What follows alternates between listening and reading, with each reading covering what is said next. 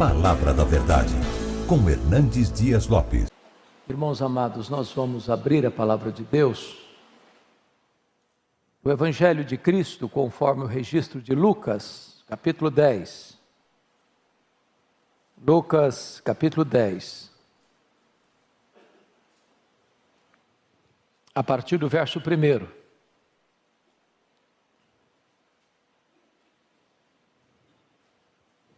Está escrito: depois disto o Senhor designou outros 70 e os enviou de 2 em 2, para que o precedessem em cada cidade e lugar aonde ele estava para ir. E lhes fez a seguinte advertência: a seara é grande, mas os trabalhadores são poucos. Rogai, pois, ao Senhor da seara que mande trabalhadores para a sua seara. Ide, eis que eu vos envio como cordeiros para o meio de lobos. Não leveis bolsa, nem alforje, nem sandálias, e a ninguém saudeis pelo caminho. Ao entrardes numa casa, dizei antes de tudo: paz seja nesta casa. Se houver ali um filho da paz, repousará sobre ele a vossa paz. Se não houver, lá voltará para vós, ou sobre vós. Permanecei na mesma casa, comendo e bebendo do que eles tiverem, porque digno é o trabalhador do seu salário. Não andeis a mudar de casa em casa. Quando entrardes numa cidade e ali vos receberem, comei do que vos for oferecido. Curai os enfermos que nela houver, e anunciai-lhes: a vós outros está próximo o reino de Deus. Quando, porém, entrardes numa cidade e não vos receberem, saí pelas ruas e clamai. Até o pó da vossa cidade, se nos pegou aos pés, sacudimos contra vós outros. Não obstante, sabei que está próximo o reino de Deus. Digo-vos que naquele dia haverá menos rigor para Sodoma do que para aquela cidade. Verso 17. Então regressaram os 70, possuídos de alegria, dizendo: Senhor, os próprios demônios se nos submetem pelo teu nome. Mas ele lhes disse: eu vi a Satanás caindo do céu como um relâmpago. Eis aí vos dei autoridade para pisar de serpentes e escorpiões, e sobre todo o poder do inimigo, e nada absolutamente vos causará dano. Não obstante, alegrai-vos, não porque os espíritos se vos submetem, e sim porque o vosso nome está arrolado nos céus. Naquela hora exultou Jesus no Espírito Santo e exclamou: graças te dou, ó Pai, Senhor do céu e da terra, porque ocultaste estas coisas aos sábios e instruídos e as revelaste aos pequeninos. Sim, ó Pai, porque assim foi do teu agrado. Tudo me foi entregue por meu Pai. Ninguém sabe quem é o Filho senão o Pai, e também ninguém sabe quem é o Pai senão o Filho, e aquele a quem o Filho o quiser revelar. E voltando-se para os seus discípulos, disse-lhes particularmente: bem-aventurados os filhos que veem, ou melhor, bem-aventurados os olhos que veem as coisas que vós vedes. Pois eu vos afirmo que muitos profetas e reis quiseram ver o que vedes e não viram, e ouvir o que ouvis e não o ouviram. Irmãos amados, eu gostaria de pensar com vocês sobre evangelização, uma obra de consequências eternas. O Senhor Jesus Cristo, antes de tratar do texto que lemos, ele pôs à prova aqueles que queriam segui-lo com motivações erradas, conforme vocês podem atestar comigo, no capítulo 9, verso 57, um disse: seguir-te-ei, para onde quer que fores. O segundo, no verso 59, disse: permite-me ir primeiro sepultar meu pai. O terceiro, no verso 61, seguir-te-ei, Senhor, mas deixa-me primeiro despedir-me dos de casa. Quem quer seguir Jesus com motivação errada, não tem chance de segui-lo. Porém, agora o Senhor Jesus Cristo nomeia 70 dos seus discípulos para irem de 2 em 2, entrando em casas, em cidades, para precedê-lo, como seus precursores. Aquela seria uma tarefa honrosa, porém difícil e perigosa. Então eu gostaria que vocês todos, com a Bíblia aberta comigo, pudessem considerar esta passagem. O primeiro ponto que eu destaco é o importante comissionamento da obra, conforme os versos 1 e 2. Vejam vocês que Jesus designa 70, e 70 é um número emblemático na Bíblia. Primeiro porque haviam 70 nações, conforme Gênesis 10. Segundo, porque 70 era o número dos anciãos eleitos para ajudarem Moisés. Terceiro, 70 eram os membros do Sinédrio, liderado pelo sumo sacerdote. Então era um número emblemático, era um número completo. Isso retrata para nós, mais uma vez, a ênfase universal do Evangelho de Lucas. Segundo, a preparação para a obra, pois Jesus envia de 2 em 2. É melhor ser em 2 do que 1. Quando um cai, o outro levanta. Quando um está desanimado, o outro encoraja. Se houver uma oposição, os dois são mais fortes. Então Jesus envia de 2 em 2 nessa parceria da obra evangelística. Mas notem a oração intercessória pela obra. No verso 2, Jesus diz: a seara é grande, os trabalhadores são poucos. Irmãos, o campo é o mundo. Precisamos de mais gente. Se nós queremos e precisamos ganhar o mundo na nossa geração, porque se nós perdermos o mundo na nossa geração, teremos fracassado rotundamente. Nós só temos essa geração para ganhar essa geração. É preciso de mais gente. É muito grande a obra, a seara é grande, o mundo inteiro é a seara, os trabalhadores são poucos. O que a igreja tem que fazer? Rogar ao Senhor da seara que mande mais trabalhadores para a sua seara. Quem sabe os trabalhadores estão aqui nessa noite. E o Senhor está levantando hoje aqui gente para ceifar, porque a ceifa é urgente, o campo já está maduro e não se pode esperar mais. Mas notem comigo o segundo ponto, que é a perigosa natureza da obra, porque o verso 3 diz assim: ide, eis que eu vos envio como cordeiros para o meio de lobos. Vejam bem que os obreiros são enviados como ovelhas para as cidades, para as casas, mas lá onde eles estarão no meio de lobos. Não é que eles são enviados aos lobos. Ao serem enviados, eles enfrentarão lobos. E lobo é perigoso. E lobo tem garras. E lobo tem dentes afiados. E lobos vêm para matar. Em outras palavras, a obra de Deus é sublime, mas não é fácil. Quem quer conforto e não quer correr risco, por favor, não siga aquele que foi crucificado. Porque seguir aquele que foi crucificado é botar o pé numa estrada arriscada. Todo aquele que quiser viver piedosamente em Cristo vai ser perseguido. Tem luta, tem oposição, tem inimigo, tem a fúria do diabo, tem oposição do mundo, tem o ódio do ímpio. Não tem como fazer essa obra de Deus de forma indolor, sem lutas, sem provas, sem dificuldades. Agora notem vocês a urgência absoluta dessa obra. Versículo 4: não leveis bolsa, nem alforje, nem sandálias, e a ninguém saudeis pelo caminho. Agora, por favor, preste atenção.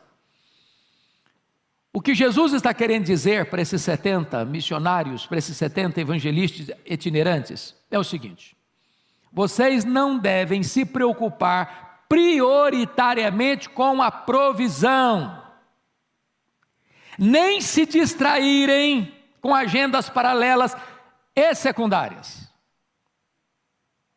Quem envia vocês é poderoso para suprir a necessidade de vocês. Você vai depender do provedor e não da provisão. Quando o Senhor Jesus está dizendo, você não deve saudar ninguém pelo caminho, Jesus não está ensinando os evangelistas a serem antissociais ou deselegantes. É que as saudações naquela época eram demoradas, tinha todo um protocolo. E a obra era tão urgente que não poderia o evangelista se distrair com qualquer outro trabalho que não recebesse a urgência dessa obra.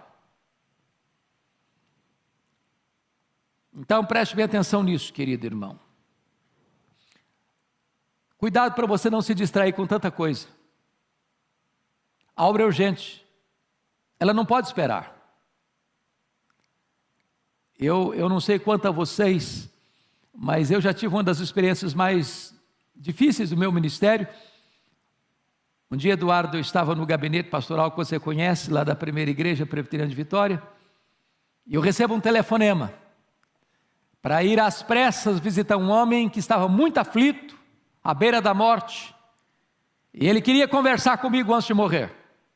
Eu peguei o carro e saí, era em Jacaraípe, trânsito meio complicado, uns 15, 20 semáforos, não sei quantos, e quando eu estacionei o carro na frente da casa, a mulher vem desesperada e diz, pastor, o meu marido acabou de morrer e o senhor não chegou. E eu fiquei com um peso na alma, porque aquele homem precisava ouvir. Eu não sei quais eram as angústias da alma dele. E a cada minuto que você e eu atrasamos, pessoas podem morrer desesperadas, sem o conhecimento do Evangelho da graça do Senhor Jesus Cristo. Então nós não podemos nos distrair, essa é a ênfase que o texto está querendo deixar. Mas em quarto lugar, vejam vocês comigo a obra da evangelização nos lares, conforme os versos 5 a 7. Ao entrardes numa casa, dizei antes de tudo, paz seja nesta casa. Seja uma entrada boa. Você não entra condenando, olha, isso aqui é do diabo. Eu passava muito aperto com o irmão querido, lá em Bragança, e ele gostava de fazer visita comigo.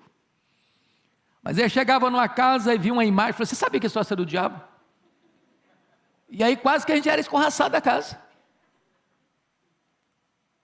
Na verdade faltou o quê? Faltou sabedoria. Lembra quando Paulo chegou em Atenas? O espírito dele se revoltou ao ver a idolatria prevalecendo na cidade? Quando passaram a palavra para ele, como é que ele começou a discussão? Olha, esse negócio é do diabo, viu? Não, não foi assim. Ele disse, senhores atenienses, em tudo eu vos vejo acentuadamente religiosos. E passando e observando os objetos do vosso culto, encontrei um altar dedicado ao Deus desconhecido. Pois este Deus que vós adorais sem conhecer, é exatamente o Deus que eu vos anuncio. Começou bem. Estratégia, sabedoria, abordagem certa. Na hora certa, você toca no assunto. Mas começa, paz seja nessa casa. Então, o que é o ponto que é importante destacar aqui? Os obreiros são enviados uma missão de paz, com uma missão de paz, com a mensagem de paz, em nome do príncipe da paz. E entendendo uma coisa, que o lar é o ponto mais estratégico para a igreja ganhar as pessoas para Cristo. Jesus usou esse método, os apóstolos usaram esse método, Paulo pregava de casa em casa, e as igrejas ainda hoje, que mais crescem e saudavelmente crescem, são as igrejas que usam o lar como plataforma evangelística. Há muitas pessoas que, talvez convidadas para vir num templo, elas têm resistência. Mas se você a convidar para ir na sua casa, ou se você for à casa dela, com esta expressão, paz seja nesta casa, talvez você tenha acesso, talvez você tenha entrada, e ali chega o Evangelho. Então nós não podemos desprezar essa estratégia do Senhor Jesus Cristo para alcançar as pessoas. Agora vejam bem, comigo no verso 7, uma coisa importante: permanecei na mesma casa, comendo e bebendo do que eles tiverem, porque digno é o trabalhador do seu salário, não andeis a mudar de casa em casa. Então, os obreiros nessa missão de paz não devem buscar conforto, nem demonstrar qualquer ostentação.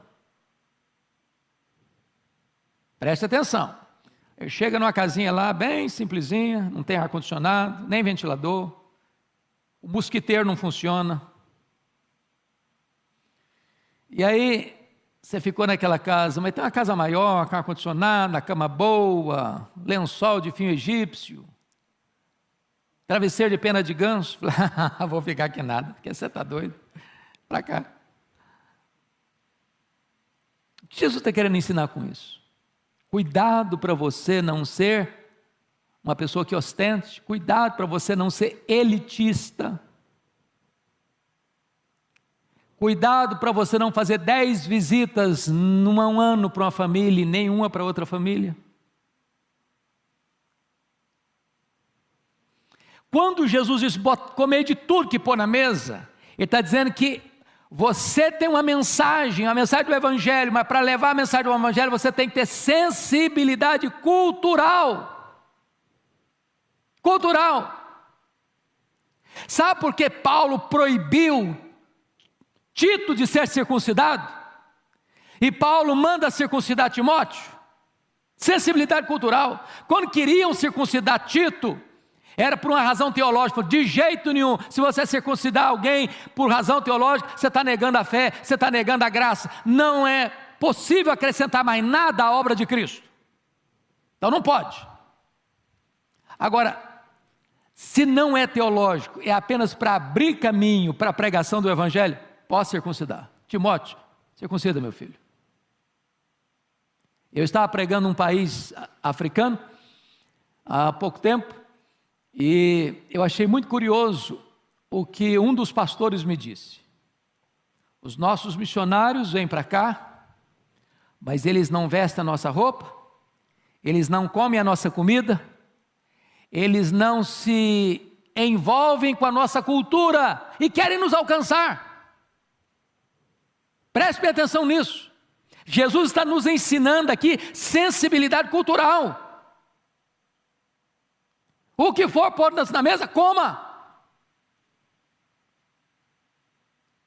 Eu nunca me esqueci quando fui à missão Quacis Abanto, e a comida era muito simples, e era de graça, para as caravanas que lá chegavam. Era um grande caldeirão, comida à base de milho, e algumas pessoas brasileiras que foram conosco enchiam um prato, da primeira garfada não gostava, encostava o prato. Aí levanta um irmão e disse, vocês precisam entender uma coisa. Esta comida é a expressão da graça de Deus. E não se pode jogar a graça de Deus no lixo. Preste atenção nisso. Não crie barreira para que o Evangelho da paz chegue ao coração das pessoas. Tenha sabedoria e sensibilidade cultural. Foi o que Jesus está ensinando. Mas notem mais, queridos irmãos, notem mais, no versículo 7, permanecei na mesma casa, comendo e bebendo do que eles tiverem, porque digno é o trabalhador do seu salário. E aqui o Senhor também está mostrando outra coisa. A motivação em pregar o Evangelho não tem que ser dinheiro. Nós estamos vivendo uma época hoje complicada do comércio do sagrado.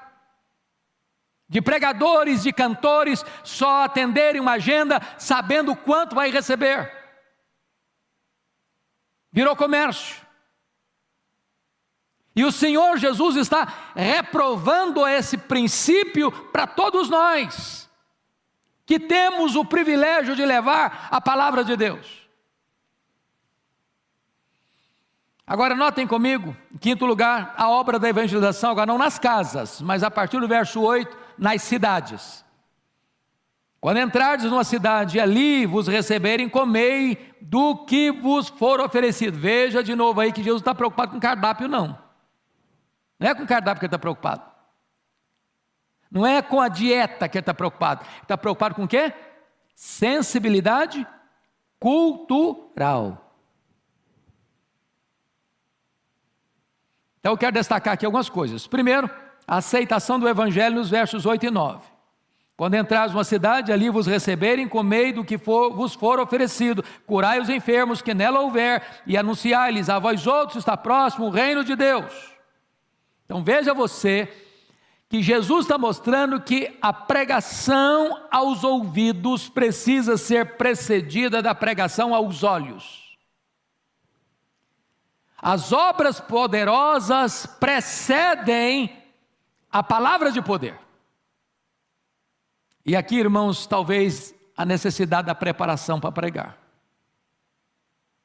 Porque o próprio Jesus, no seu ministério, quando as multidões o procuravam para serem curadas e para ouvirem os seus ensinamentos, muitas vezes ele se retirou da multidão, foi para um lugar solitário, passou a noite orando, e quando retorna, o poder de curar estava sobre ele. Às vezes nós estamos vazios de poder, porque nós estamos num ativismo perigoso, colocando a obra do Senhor no lugar do Senhor da obra. Precisamos de poder. Não é que o milagre é o Evangelho, mas ele abre porta para o Evangelho. Segunda coisa, veja você comigo, a rejeição do Evangelho nos versos 10 a 15. Quando, porém, entrares numa cidade e não vos receberem, saí pelas ruas e clamai, até o pó da vossa cidade se nos pegou aos pés, sacudimos contra vós outros. Não obstante, sabei que está próximo o reino de Deus. Então vejam vocês, que quando o Evangelho é rejeitado, você evangelista, você pregador, você portador de boas novas, não se sinta fracassado, você não administra resultados.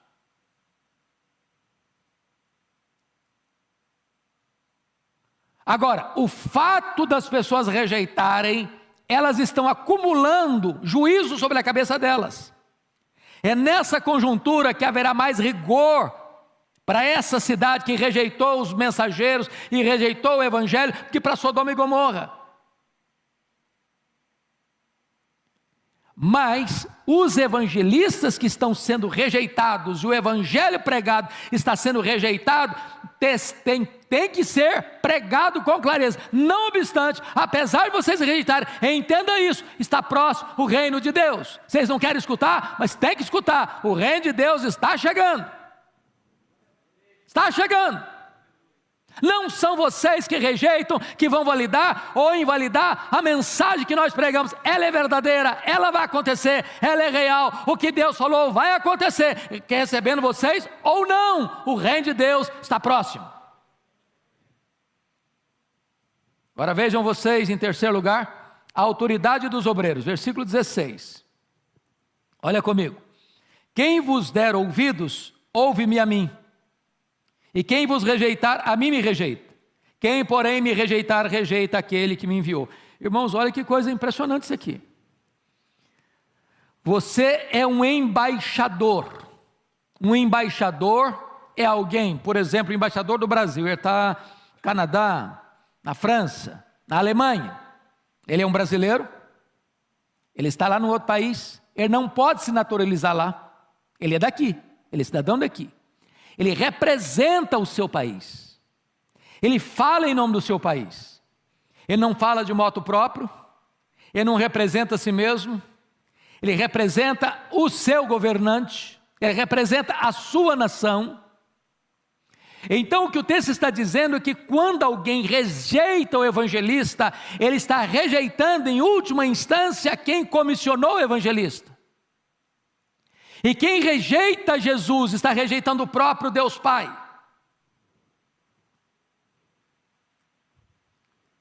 Não é uma questão pessoal. Quem está mandando você, comissionando você, é aquele que tem todo o poder e tem toda a autoridade nos céus e na terra. Você está representando o Rei dos Reis, o Senhor dos Senhores. Você é embaixador dos céus, você é embaixador de Deus, você é embaixador de Cristo. Nunca se sinta pequeno, nunca se sinta miúdo, nunca se sinta achatado, nunca se sinta diminuído. Se alguém ao ouvir a sua mensagem, a mensagem do Evangelho, rejeitar este Evangelho, virar as costas para você, entenda isso, ele não está rejeitando você, ele está rejeitando aquele que enviou você. Bom, deixa eu sintetizar até aqui em 5 pontos. Primeiro, o pregador não deve estar sobrecarregado com preocupações financeiras. Digno é o trabalhador do seu salário. Segundo, o pregador deve concentrar-se na sua tarefa. Não fica distraído, não. Soldado não pode ficar cuidando de muita coisa, ele tem que focar no que está fazendo. Terceiro, o pregador não deve trabalhar por ganância. Você não está mercadejando a palavra. Quarto, escutar a palavra de Deus é uma grande responsabilidade. Porque acolher a mensagem da paz é receber o príncipe da paz. Mas rejeitar a palavra de Deus é terrível. É terrível. Porque quanto mais privilégios alguém tem, mais juízo virá sobre ele, se ele rejeitar esse privilégio.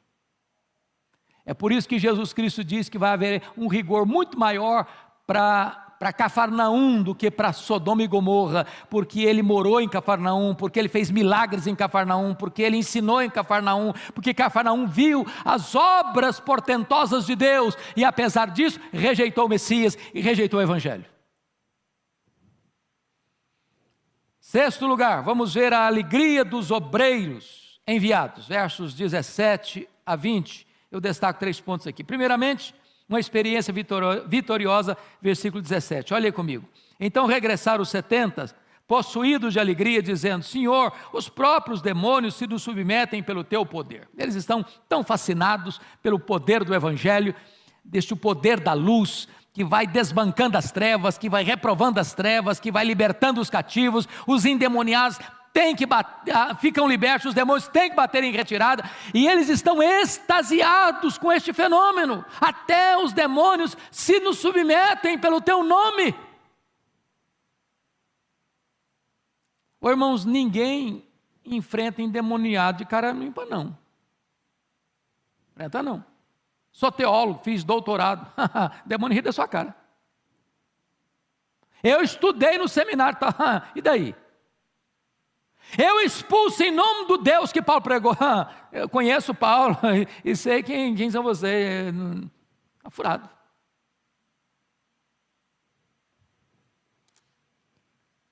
Eles estão impressionados, não é porque eles têm poder. Eles estão impressionados que os demônios se curvam diante do poder do nome de Jesus.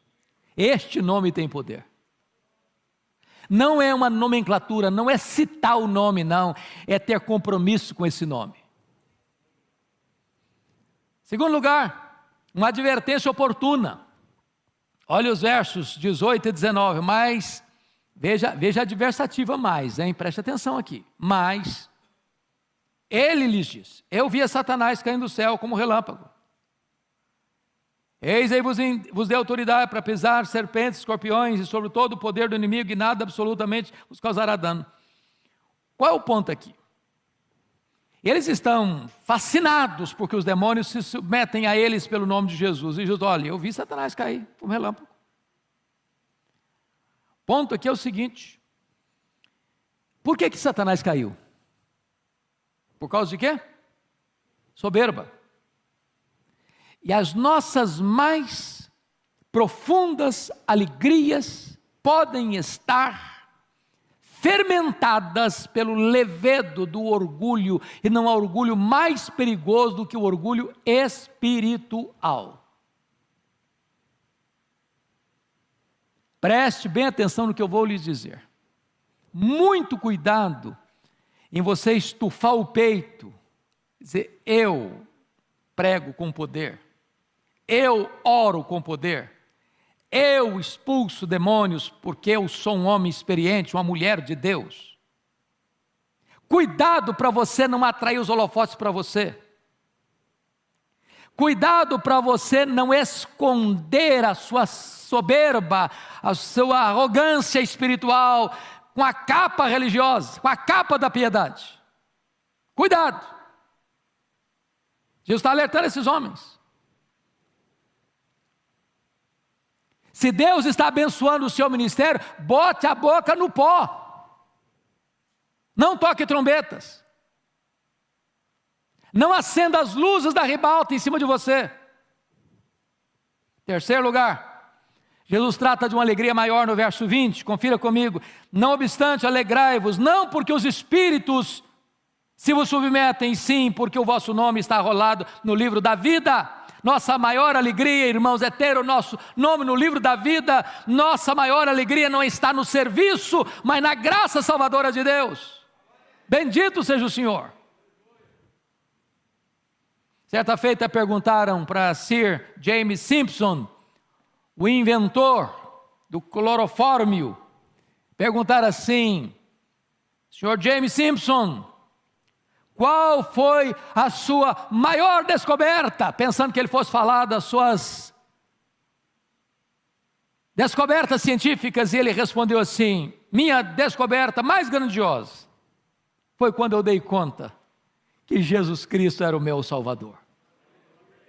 Louvado seja o Senhor. Mas eu quero terminar, irmãos, com o último ponto. A alegria de Jesus, o enviador. Chama a sua atenção para 3 verdades solenes. Primeira, a soberania de Deus na salvação, versículo 21. Naquela hora exultou Jesus no Espírito Santo e exclamou: graças te dou, ó Pai, Senhor dos céus e da terra, porque ocultaste estas coisas aos sábios e instruídos e as revelaste aos pequeninos. Sim, ó Pai, porque foi assim do teu agrado. Meus irmãos, é a primeira vez nos evangelhos que Jesus está se alegrando, exultando em espírito. Por 2 razões. Primeiro, porque Deus é soberano para ocultar. A gente não costuma dar graças e nem glorificar a Deus por aquele que Ele oculta, né? Irmão, se evangelho fosse por um quesito de inteligência, todos os sábios deste mundo abraçariam o evangelho. Se o evangelho fosse por uma questão de status, os ricos, os poderosos abraçariam o evangelho. E Jesus está aqui dando graças te dou, Pai, porque tu ocultaste aos sábios e entendidos, que batem palmas para si mesmo, que se enaltecem, que se consideram suprassumo, que se julgam os poderosos, os sábios, os inteligentes, os entendidos desse século. Eles olham a palavra de Deus, irmãos, eles não enxergam um palmo na frente do nariz. A Bíblia é esse livro fantástico, que o PhD, um pós-doutorado, pega, olha e não entende nada. Nada. E um camarada analfabeto que só letra com dificuldade, ele olha e Deus tira as vendas dos olhos, ele entende o amor de Deus e a graça de Cristo. Sabe por quê? É porque Deus revela, é que Deus tira a venda, é que Deus tira o tampão, é que Deus ilumina o coração, é que Deus faz a obra. Deus é soberano, meus amados irmãos, na salvação. Louvado seja Deus. Louvado seja Deus. E o enviador, o comissionador, está dando graças, está se alegrando na soberania de Deus na salvação.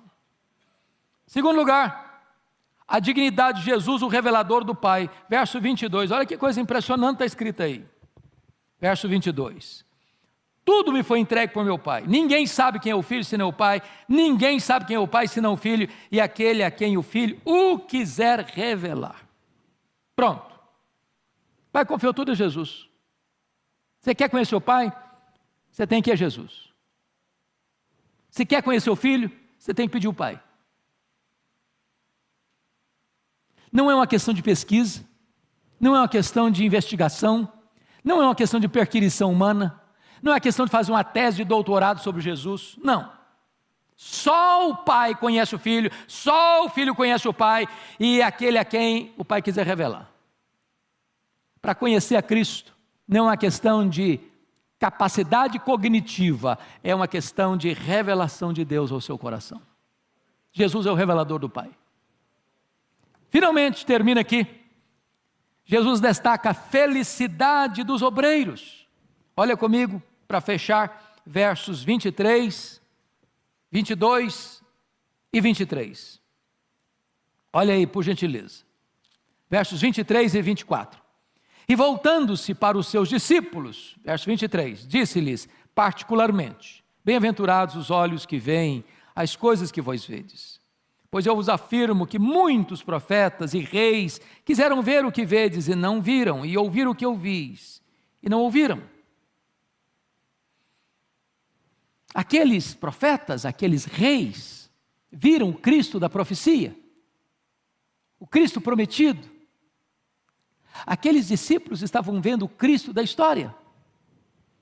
Os profetas e reis viram as sombras, e eles estão vendo a realidade.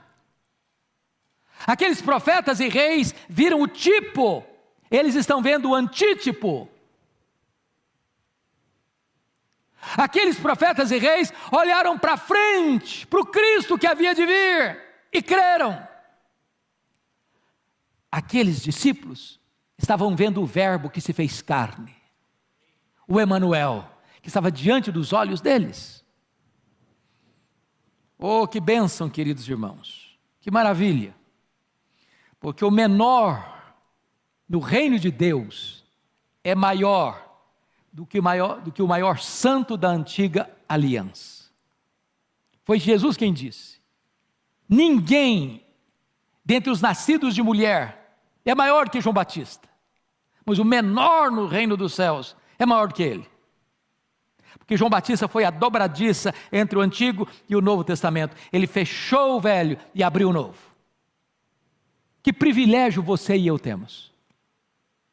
Porque você e eu vemos o que reis e profetas desejaram ver e não viram. E agora que vocês conhecem a Jesus, o nosso papel é torná-lo conhecido no mundo inteiro. Que Deus nos abençoe. Amém.